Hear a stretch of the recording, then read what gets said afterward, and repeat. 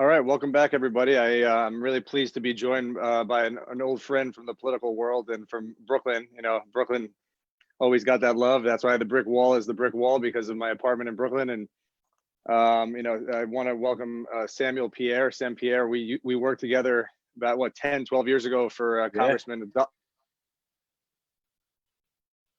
Adolphus. Your end of Brooklyn, I covered my end of Brooklyn, and we met in the middle for lots of events. So I that's appreciate right. you joining. And Sam, Absolutely.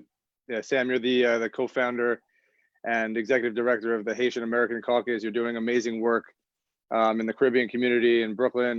Really have amazing roots in the community. So I wanted to, bring you on for a heartfelt discussion. Talk about, when we originally asked you to be on, we talked about this. There weren't so many current events going on Right. in the African American community, but I definitely think that, if with your permission, we'll touch a little bit upon that today. For sure. But first of all, where in the world are you? I always have to ask that first. So right now I'm in I'm in the East Village of Manhattan right now. And just been here quarantined for about 3 months. But I gotta say I've gotten a lot of work done while I've been quarantined here. So that's where I am, man. We just got a hello from Gail Branch Muhammad, who we used to work with. Nice, And yeah, so nice. she says, hey Warren and Sam. So Hey, hey Gail, how hey are Gail. you? Yeah, thanks for How are watching, you, Gail. Gail? Yeah. Yeah. Um, so tell everyone a little bit about. I mean, like, I know you've been in politics for a long time. You're Mr. Brooklyn. Why found the Haitian American caucus? Like, what's the deal behind it? What's the reasoning behind it? So yeah, so back in the day when we, even when we were at the congressman's office, there was so much stuff going on around census and different things like that. And we really didn't have Haitian Americans around the table. So I'm Haitian American, so I'm like, all right, we're at the meetings for, we're representing the meetings for the congressman, and conversations and decisions are being made, but there were nobody there to say, what are we going to do for the Haitians? So yes, I was privileged to be there as a Haitian working for the congressman, but then it's like, all right, where are the organizations that's going to take the information and take it back? And it's not to say that there were no Haitian groups at all. That would be disrespectful to all the ones that have been here for a very long time, but there weren't community development Haitian organizations, right? Similar to the National Urban League or the NAACP, that was focusing on the next 5, 10, 15 years of the Haitian community. And when me and my other two co-founders, when we did our search and we couldn't find any, we decided that we were going to start the Haitian American Caucus to do that. That sounds awesome. And anytime you see a vacuum and a hole, and you can represent your community and come together with others and create a powerful force, to get attention, I think is fantastic. I don't know if you remember, but in 2010, the congressman actually asked me not to go into Haiti, but we put together a rescue mission right after Yes. the earthquake, and we got a bunch of medical supplies donated, and I flew down with a few doctors. And despite the orders, I still went into Port-au-Prince and entered. And what's it like on the ground there now? I mean, what's the pandemic like in Haiti? Just for those that don't know what's going on. So right now in Haiti, it's actually pretty decent. Last time I checked, I think they had less than 20 cases, were reported cases, and less than 10 deaths. So the country shut down very, very early. And Haiti isn't like America where there's 5,000 airports. There's only really 3 airports in the whole country. So once those airports are shut down, once the borders are shut down, it's very difficult to bring a disease in, right? That's not already there. So in terms of the pandemic, the country is doing well, even though nobody wants any deaths. However, the country is doing pretty well. In terms of turmoil, in terms of poverty, it's still there. It's still alive. It was there before COVID-19, and it's still going to be there, unfortunately, after it. But the country's making strides. And the president there now, he's putting things in place to help organize things so that when outside opens up again, like we say, that they'll be in a position to take advantage of opportunity and continue to be this amazing country that my parents called home. That's awesome. I'm happy to hear, and it's nice to hear that they were able to hermetically seal themselves so that they don't have to deal with outside trouble and the pandemic spreading wide. I know you talked about starting the organization. Like, what was the vacuum like prior? Like, why I mean, like, what moves have you been able to make to represent the Haitian community on the political landscape here? And what was missing beforehand? I know you touched on development, but can we dig into that a little bit further? Sure. So, if you look at the power structure of most organizations, you have you have your elected officials, then you have your pastors, your priests, your rabbis, you have your spiritual leaders, and then you have your civic organizations that share the message down. Then you have your business leaders. So the Haitian community always had the business leaders, very, very strong. Any industry, you name it, Warren, I'll tell you a Haitian that's dominating that industry, right? So we've always been active in industry and business. Civic leadership, not so much, but we've had our groups there. But the elected officials piece is a new phenomenon for the Haitian community. So we had Matthew Eugene, who was our first Haitian elected to the city council back in the early 2000, I think it was 2007 or 2008. So that was a big break for us there. Then we had Assemblywoman Haitis Bichot, who was the first Haitian American woman elected to the state assembly from New York City. And now the county leader. And now she's the county leader, right? And Yeah. we had Michael Solanges. She actually was before Rod, but she's from Long Island. So we now have 5 assembly members in New York State that are of Haitian descent, to the point they have their own caucus. Not to be mixed up with my caucus. My caucus is better. But they have their own Haitian assembly caucus, because it's 5 members that are there that are doing amazing and powerful things. So that's phenomenal. So the elected officials piece was important.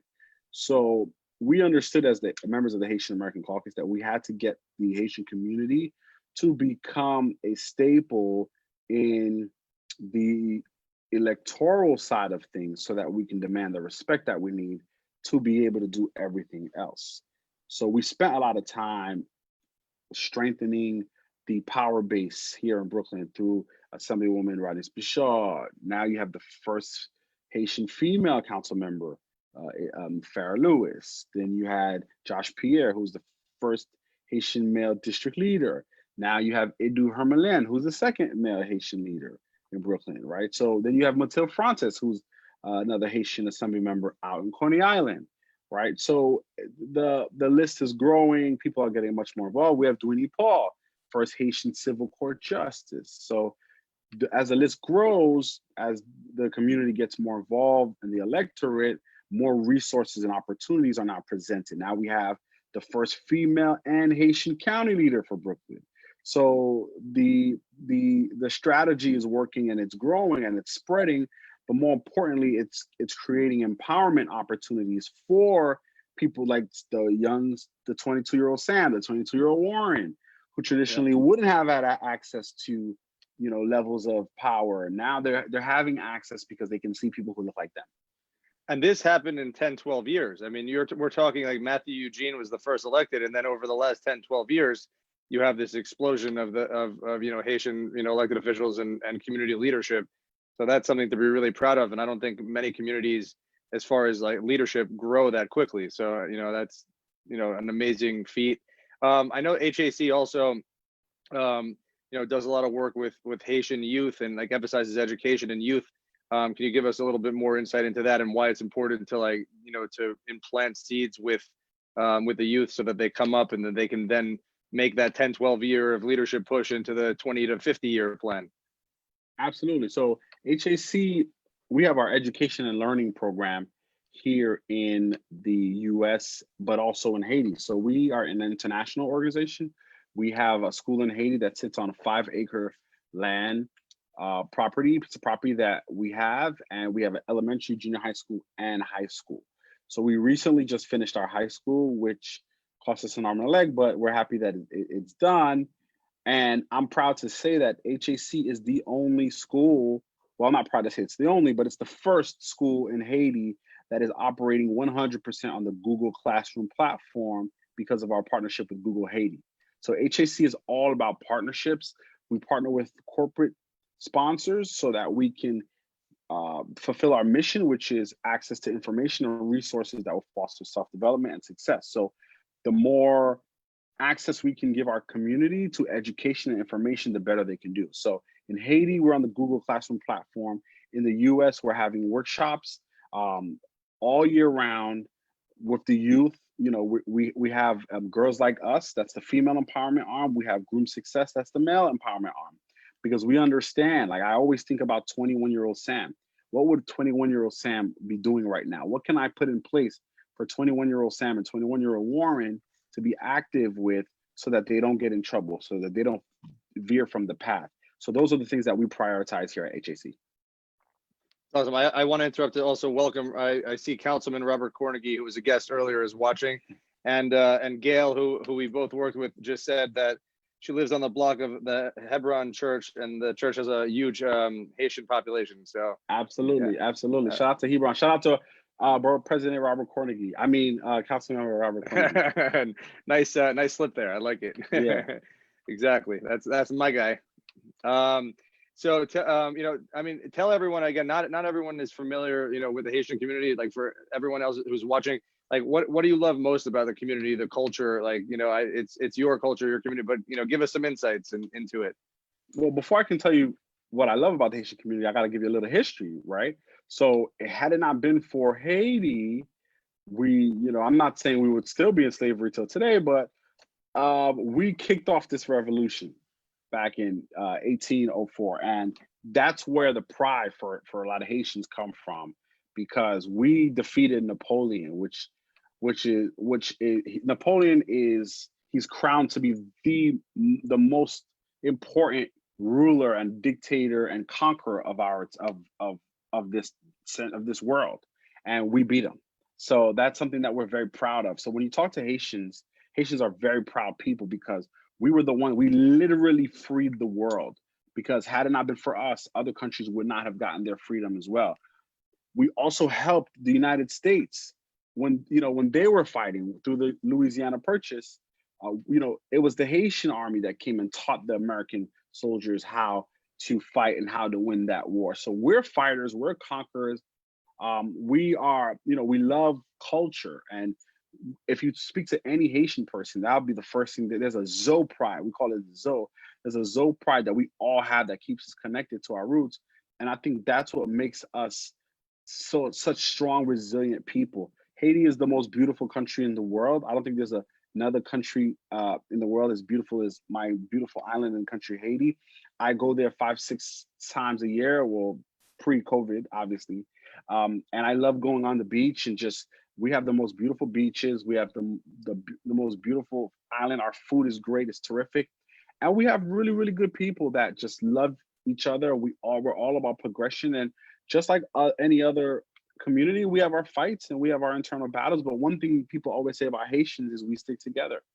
We stick together. If someone is Haitian, I may not like them, but to everybody else, that's my Haitian person. So that's one thing I love about being Haitian and our culture. And at the Haitian American Caucus, you know, we're very cultured. We partner with other cultural organizations, and we want to create a bright future for our young Haitians that are growing up here in the United States of America. That's a beautiful sentiment, and it sounds like a great culture. And I have to get back. I want to visit when, you know, obviously post COVID, but and when it's not a national disaster and emergency. Love to check it out. Maybe we could do a trip together. Absolutely. I'd love for you to come see my high schoolers, and I'd love for you to come see my soccer team. So I have a soccer team out there as well. Oh, wow. I'd love for you to come and see them play. They're phenomenal. I would love to, and I would be honored to visit, especially with you. You know, let's bring it back stateside. You know, maybe you can, you know, since you run the HAC, and I know earlier you mentioned, like, you know, that name a business, name an industry. There's a Haitian, you know, community member who's a leader of that business. You know, do you have any specific business leaders or businesses that are, you know, that people might not know or owned by Haitian, you know, or Caribbean in the New York area that you want to shout out? Absolutely. When you come to Flatbush, right, you know, there's so many restaurants, there's so many different places, right? You have Jude Bernard who owns the Black Bank, which is, it's called the Black Bank, but it's not a bank, but it's a space in Bedford Stuyvesant. You have so many different restaurants. You have Lakai restaurant that's right across from BAM, right? You have 333. You have Cohn restaurant, which is on Flatbush Avenue, which we love. You have so many different other Haitian owned businesses. Obviously, the Gentleman's Factory, my best friend Jeff Lindor with the Gentleman's Factory that Robert Cornegie is a member of as well. You have tons of different businesses. You have Joanne Pilar and MJPD, which is a creative design firm, and just so many different. If you go to Little Haiti, which we actually designated, some Women Be Shut designated 2 years ago, there's so many different little Haitian organizations, companies, restaurants that are in that area, which is why we designated Little Haiti, which is the second Little Haiti designation, second to Miami. And we renamed Rogers Avenue to Jean-Jacques Dessalines Boulevard. And we also have Toussaint Louverture Boulevard as well over on Nostrand Avenue. So if anybody ever wants to come and check out Haitians and Haitian businesses, please come to Little Haiti, which is our cultural district, and we would love to have you. So it's at the junction. So Flatbush Junction, where the 2 and 5 train ends, the last stop there, all the way to Empire and Rogers Avenue. So please feel free to come to Little Haiti District and enjoy our food and our entertainment. We're gonna have to take a tour there first. We're gonna have to when I come back to New York. Absolutely. Yeah. Now tell us a little. I mean, like, how has the pandemic affected like your outreach, community work? And has it been on pause? Has it increased? Like, what are you guys doing, to help the community, or have you had to be sidelined due to the pandemic? No. So at HAC, we've always been digital. That's one of the things that I love about my team and our staff. So we were doing Zoom and Hangout meetings from before because we're an international organization. Because we have staff in Haiti, we have a staff of 15 in Haiti, right? And we have about a staff of 9 in the US. So we've already been using technology to have meetings even before it was a thing.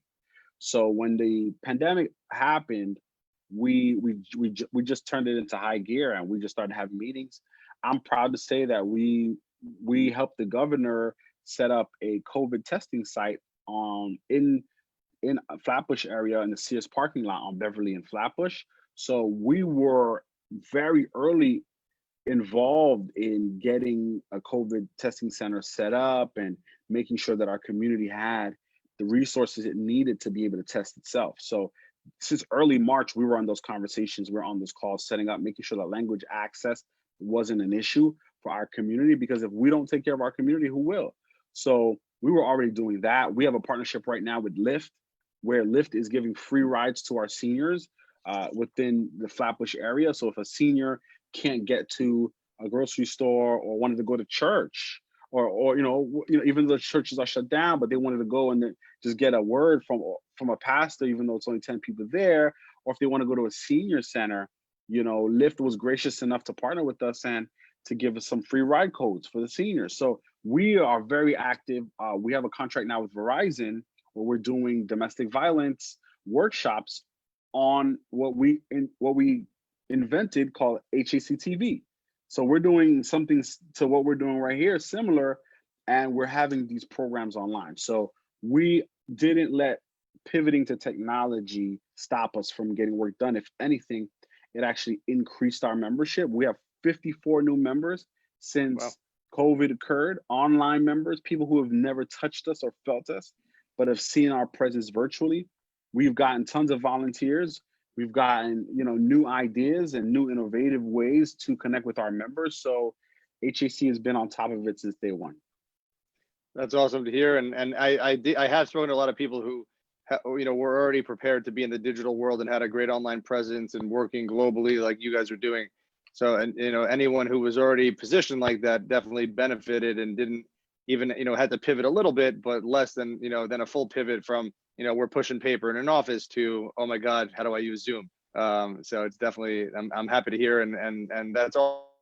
It's also nice that companies like Lyft or the big corporations always get shat on by everybody because they're greedy and they don't take care of the drivers. But to hear that they're giving back and doing good in the community, is important, because so many people are hurting, including those big businesses, which also means that the drivers are hurting. So for them to give back and do great things is, I'm really happy to hear. I want to pivot to again, like I said earlier today, there's been some really I'll call it what it is. It's been really shitty, messed up headlines. We all read the news. I'm in PR. Like I have to read the news for a living.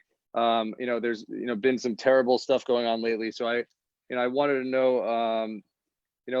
First of all, I want to, since we're both, political backgrounds, I want to talk about, Joe Biden. I know that he had his interview with Charlemagne the God from Power 105, Breakfast Club, the other day. And, I listened to that in its entirety. And obviously there was the headline, inducing, quote, the patronizing comment that he made. What's your overall thought on that? And do you think it hurts him, in the election? Obviously, should we be commenting on the presidential election? Maybe not, but I really want to know your opinion. I think it was patronizing, and I was very distasteful. Right, absolutely. I feel two ways. One, I feel like the only way that anyone could be comfortable making a statement like that is because they've been making it already. So it's one of those things. It's a touchy truth, right? The only way I can say certain curse words on Warren's show is because I've been saying it to Warren, without the lights on, without the cameras on, right? So if someone must have told Joe Biden, hey, when you go on this show, if you were going to say COVID-19, don't say COVID-19, say Corona. No? You're in PR, you know how it is. Somebody told Joe Biden, hey man, like, give him a little bit of that, New York City, twang when you go on that show. Don't give too much, don't use too many big words, okay? Don't say serendipity, right? Say, what I'm saying, bro, we connecting, you feel me? Someone had to tell Joe Biden to say that in order for him to be that comfortable enough to say those things. So as people with government backgrounds and political backgrounds, we can't always look at what's being shown to us. We got to look at what's backstage. So I got to be careful at where I address my energy and anger, because at the end of the day, Joe Biden's going to say, what did I do wrong? What did I do wrong? I don't know who Charlemagne is. Like, I don't know who this guy is. Somebody told me that I'm interviewing with this guy, and when I interview with this guy, that I need to, I gotta have swag and play it this way. Yeah, I gotta have swag and play this way. What did I do wrong? I can see Joe Biden looking at Warren like, Warren, what do you mean? What did I do wrong, Warren? I thought you said for me to, I thought they would love me. I would be more likable, more palatable for the Black community. I never thought of it from that perspective, and having both worked for elected officials and been behind the scenes, there are moments where they listen to you or as a handler, or they don't listen to you. Right. But it was also very uncomfortable when like his handlers or his PR people, communications people were like, I think we're done here, and they didn't want to let it go too. So I did, that's the first time I've heard or thought about that perspective, and I think that's very interesting. Now, I mean, do you think, like, again, as an African American, as someone who's a leader in the Haitian community, Caribbean community, do you think, like, as many have been saying, that if Biden picks an African American running mate, female running mate, I think that's the box that he's in now, that it will help with the community? Or do you think there has to be more action and and commitments on his part than just picking an African American running mate, which again is patronizing and pandering in many. Again, it's a win, but you can't just have an icon be be like, oh yeah, I checked the box for you guys. I think it has to run a lot deeper than that. Right. No, absolutely, I agree, and I feel like the fact that he's even considering a woman and an African American woman, because remember, he just said a woman at first when he was in the debate stage. Now the rumor mill is saying it's going to be an African American woman. And I do appreciate that, but I feel like this is Sarah Palin and what's his name? Senator not McCain. what's his name? McCain, John McCain. McCain. I feel like this Yeah, is McCain. Sarah Palin and John McCain. All right, he's gonna pick Sarah Palin. It's gonna be so different. Republican Party, oh my God, a woman, we're gonna love it, and then they're gonna go sailing into the White House. I think that this is very similar to that. I think that instead of focusing on the issues, we're focusing on all these optics. And I like to tell my people, let's not focus on the shiny objects, and let's focus on the real issues at hand. No matter what African American woman that Joe Biden picks, are issues that are happening, like what happened 2 days ago, going to stop. Just because I get an African American woman vice presidential candidate, do Black men in the United States of America stop getting killed for no reason? Does that happen? Is this African American woman going to go to the White House and say, I'm going to create a commission that's going to fund all Black businesses in the United States of America? Is she going to do that? Is she going to say, hey, if we were able to find $3 trillion, Warren, out of nowhere, right, during COVID-19, oh, well, we can't give Black people money. We can't give reparations. Where are we going to find the money for reparations? Oh, we don't have money for healthcare. We can't afford healthcare for everybody. We can't do it. Oh, student loans. We can't get rid of student loans. How are we going to pay for it? Oh, COVID-19, $3 trillion. There you go. Yeah. So, I like to dig deep, and coming from the Ed Town school, and coming from people who've been in the game for a very long time, you start to really think of things. And I appreciate it, of course. Do I not want a Black woman as my vice president? Absolutely. Absolutely. I feel way more comfortable knowing that I have an African American woman in that White House protecting my needs. Especially with a 77-year-old senile guy. Exactly. Yeah, who doesn't know his wife from his daughter, right? But does that mean that I can put my hand behind and relax now and kick my feet up? Absolutely not. So the work has just begun. Obviously, we do want Joe Biden to win the Democratic nomination, but I got to be honest with you, Warren, and this is going to be a little bit edgy, but Joe Biden didn't work for my vote, man. A few people made some phone calls out of Chicago. I won't mention any names, and then my vote was sold to him, which is why he's so comfortable saying, "If you don't vote for me, I wasn't going to bring this. What do you mean? I wasn't going to bring it up, but I was targeted with ads for Joe Biden on Facebook, and the picture was Obama in the forefront and Joe like behind him. I'm like, who the fuck is running for president? I'm sorry, like no, it angered me. Jesus. It's like, Black Jesus already sold me. So at the end of the day, what choice do I have? Black Jesus, he already gave my vote away. So that's what it is, man. Yeah, I mean, what's your, again, as someone, you mentioned it earlier, like what happened 2 days ago, and it's been a rough week for the African American community, and no, not for that, for everyone, for human beings, because like we're people, we're boys, we go way back. Race has never been an issue. Race is between people who are friends. It's not a thing. Right. But to have the Ahmaud Arbery thing, and then now George Floyd, like what's your feeling? Like how is this? We've learned lessons from this from years past. How is this happening in 2020? And I just don't understand it. Right. I think it boils down to respect, Warren. I think it boils down to respect. Warren respects Sam. Sam respects Warren. And if I want I don't need justice if I have respect for Warren. What do I need justice for? Warren respects me. If Warren respects me, he's going to make sure that I'm comfortable. He's going to make sure that I'm happy. He's going to make sure I have what I need.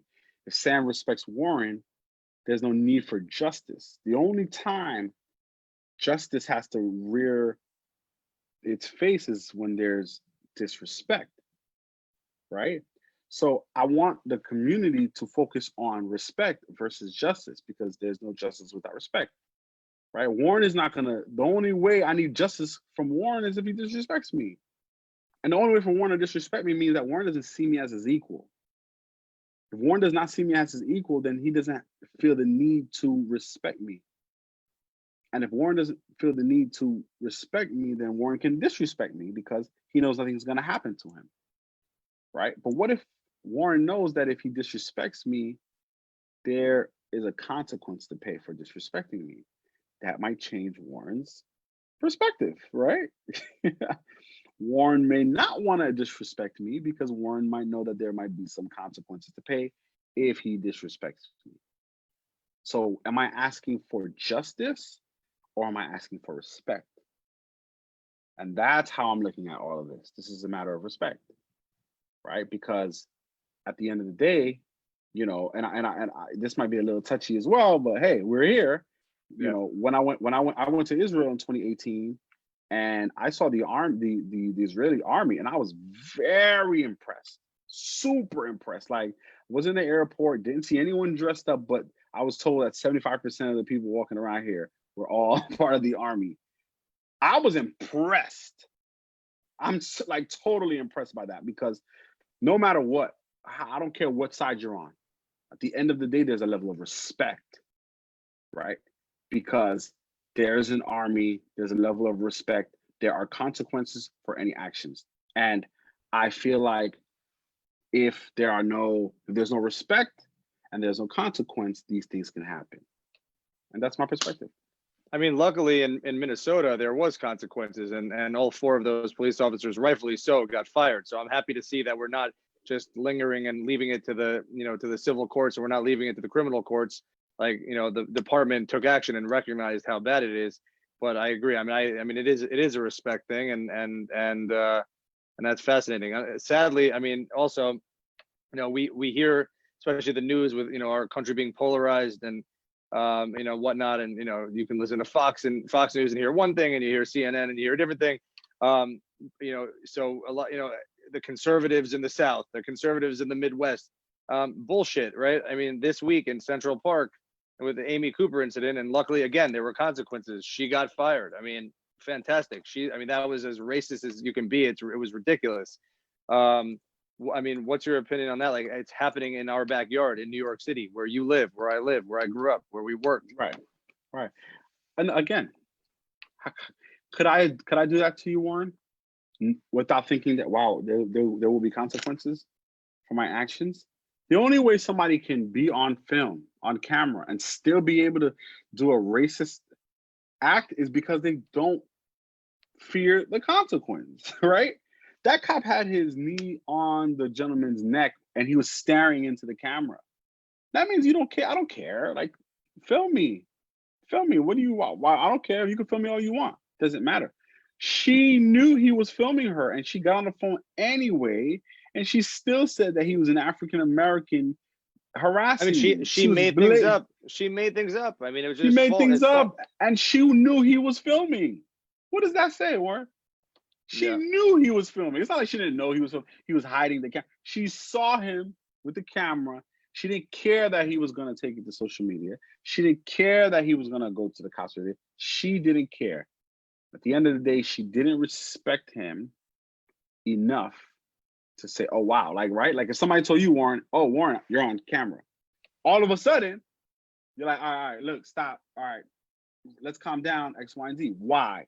Because you know what the consequence of Warren being on camera can be for Warren. But why isn't that? Why don't people think and stop? Like, why isn't the consequence of this, like, it's gonna go viral?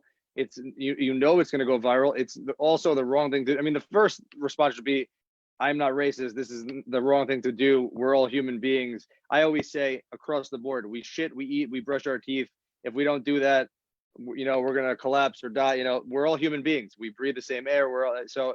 And maybe that's a little naive or whatever, sophomoric, but at the same time, like, I think that it's really important for people to realize if the last backstop is that this is going to go viral and you're going to lose your job and the world doesn't stand for this shit anymore, then that should be the consequence. So the fact that that's not a consequence, I agree with you, is nonsense. But ultimately, and as you said multiple times, like, the foundation should be rooted in respect. And we shouldn't even have to deal with this stuff anymore. Right. But the good thing now is, now the respect is starting to be understood. Now people are like, she got fired from her job. How much do I value my job? So if I value my job, maybe now someone might be like, you know what? if that African American guy has a cell phone, then maybe I should stop because of the example that occurred with her. So now respect is starting to become understood, and it's starting to spread because now people are starting to see the difference. And my hope is that these things will subside and it will not be as frequent as it's been because of the media, because of social media. So now people can think twice, right? And that's the only reason why the civil rights protest and the Civil Rights Act of 1964 even happened, because America was able to see Black people getting hosed down on national television.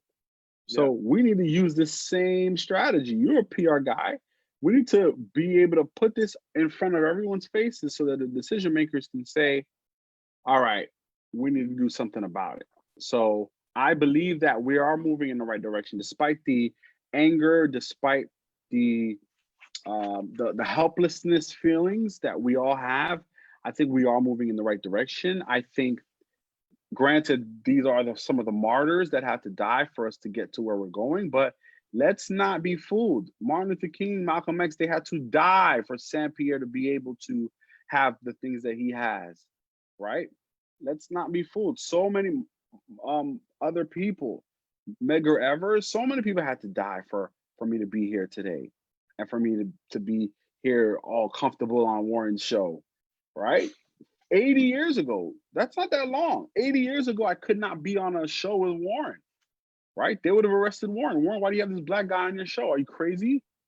80 years ago, it's not that, that's not far away. That's my grandmother is 90, my grandmother's 91 years old. So, you know, certain people had to die for this to happen. So this is my perspective. It's sad, I'm hurt, I'm upset, I was angry about it. I didn't even sleep well the last 2 nights, but I also understand that this is the cause and effect, and unfortunately these people have to die in order for us to move in the right direction. I mean, it's troubling, and you know, with, you know, you're talking about 64, you're talking about your grandmother, like I can't believe that, and it's frustrating that we still haven't come far enough yet. But alongside that, since you brought up your grandmother being in her 90s, like but you know, for her, and you know, talking about 80 years ago, like she has seen the evolution, and there's probably been a tremendous amount of growth, and meaning, and from her eyes, and seeing, you know, the progress that's happened. But you know, it's really sad that in 2020 we're not fully there yet. Right. You know, it's rough.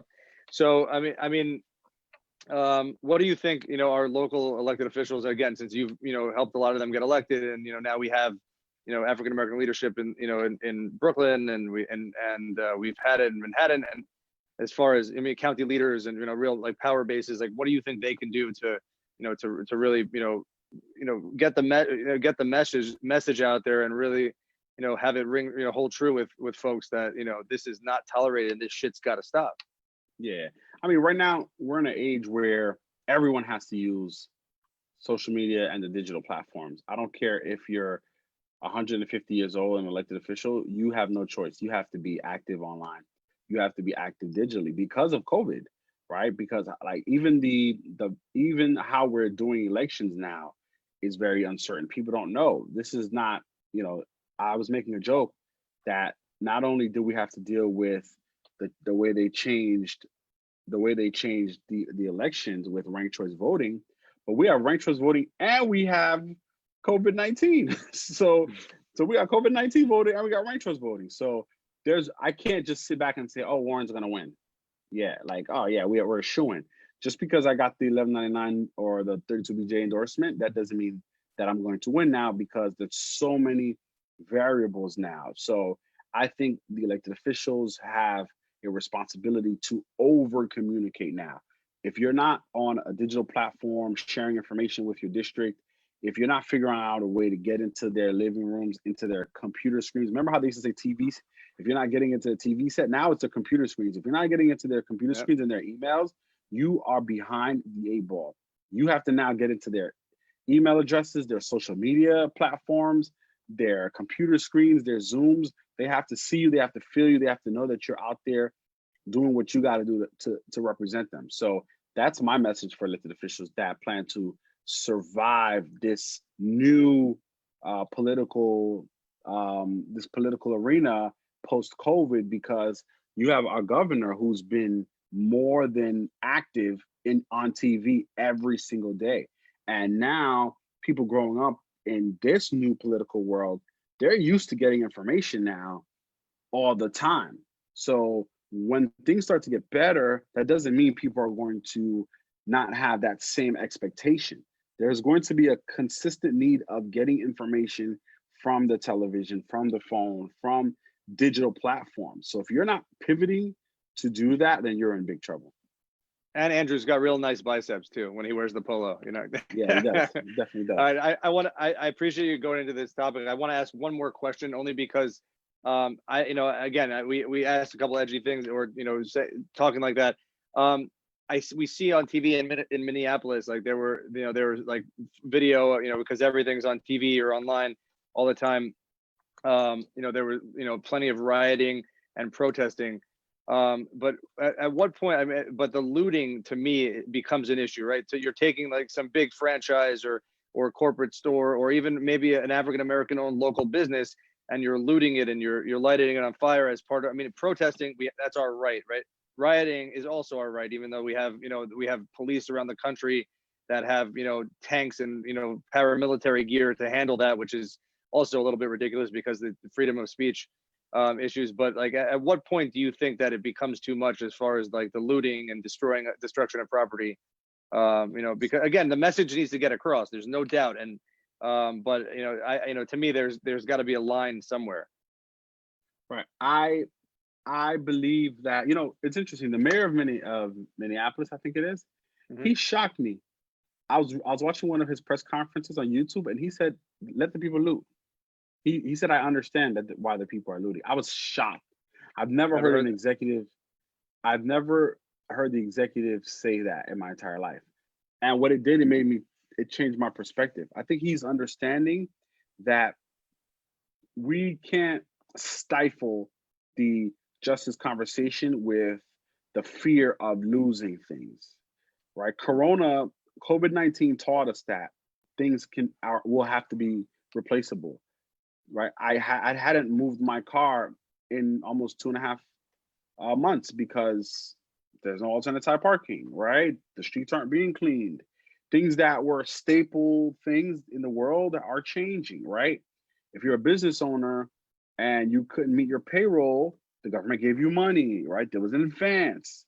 So at the end of the day, if someone comes into your barbershop and they light it on fire, then you're gonna have to, hopefully you have insurance and you'll get a new barbershop. And these are the kind of things that I think the mayor understood when he said that. I was surprised. So I think there is a space for business owners to also have to understand that if you want justice, there may have to be a level of sacrifice. And I'm saying this begrudgingly because I like my stuff, Warren. Yeah. I like my laptop, I like my car, I like where I live, I love my office, but at the end of the day, I like to also say I like justice too. So it's one of those decisions that have to be made. And if people died for it, then if you can lose some material bullshit, then what's the difference?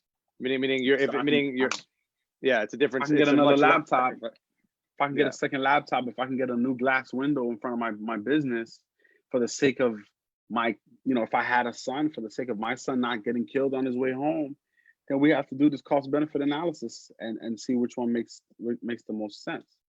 I appreciate that perspective and that answer. Now, before we leave, because we usually do 30 minutes, but I thought this was an important topic. Plus, I missed you. It's been too long, so I wanted to. Yeah.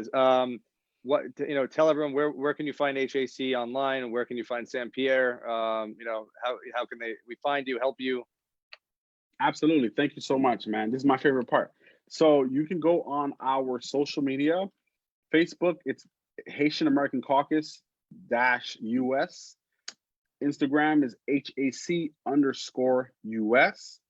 We're on LinkedIn. It's just Haitian American Caucus. We're on Twitter, HAC_US.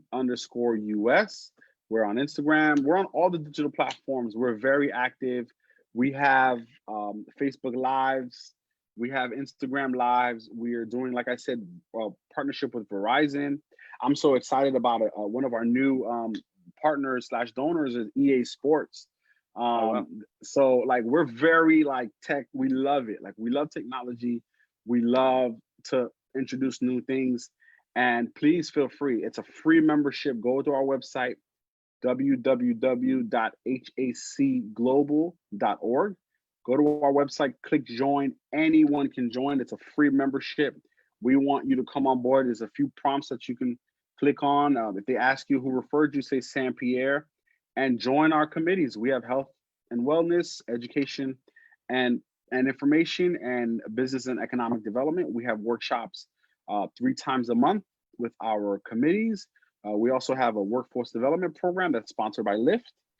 We have the Girls Like Us, the female empowerment, groom success, the male empowerment. We have a supply diversity task force.